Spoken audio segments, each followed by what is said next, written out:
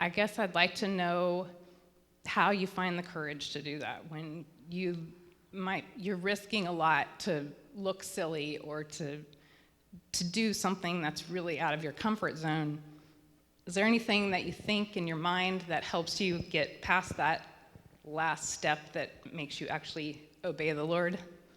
I know you have the idea from the Lord. Usually this is how I've heard that it works in your minds. And then, for example, you write the email, and I feel like there's something you have that I don't know about what gives you the courage to send the email to Eric, and what gives Eric the courage to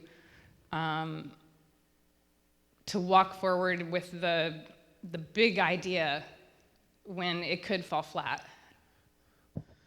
And I will answer this one and be very transparent. There's always real risk to stepping out.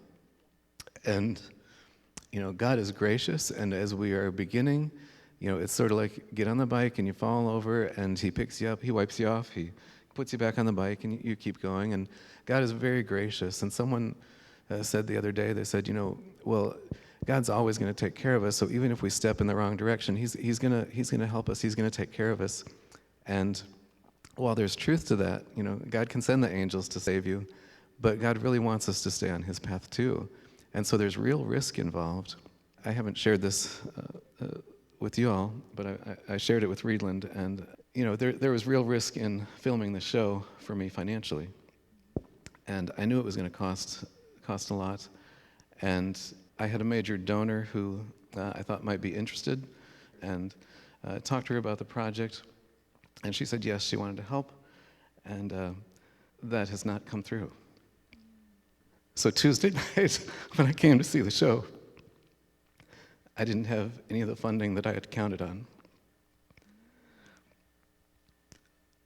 And I said, God, is it too late to cancel? I've got all these people coming in from all over the country. And they all have non-refundable tickets, non-refundable hotels. Everything is set. Cameras are on order. And I said, God, I have no choice but to go forward. And I said, God, this is going to cost me, and it's going to cost me a couple years of paying it off. And I just said, God, this is my offering to you. I'm going to go forward anyway, because I feel you're in it.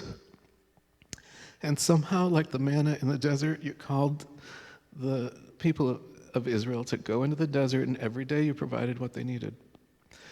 And I have been encouraged over the years that you have everything you need to do everything God wants you to do. And sometimes we have to find creative ways to discover what that is and where that is. And I said, I'm going forward with this. And my heart changed, it shifted. And I said, God, this is just going to be my offering. If it takes me a few years to pay it off, it takes me a few years. And it's my offering to you. I don't want to do something that doesn't cost me something. And God said, Eric, it will cost you. It's going to cost you your pride. Because I want you to ask others to be involved in this project and to contribute toward it. And that's almost worse than me paying it off over a couple of years. I think I can do it myself. But as you've seen on this panel tonight, none of us can do this ourselves. None of us can do life alone. We need each other. We need our brothers and sisters. And the manna's there. We just have to go out and get it.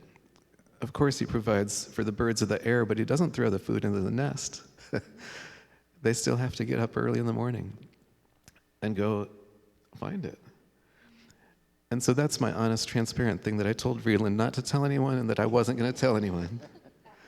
But I think, Amy, it answers your question that there's real risk, but there is a real God who loves you. And sometimes he just puts you in a situation where you can hardly say no. And like Cynthia, I've missed it several times.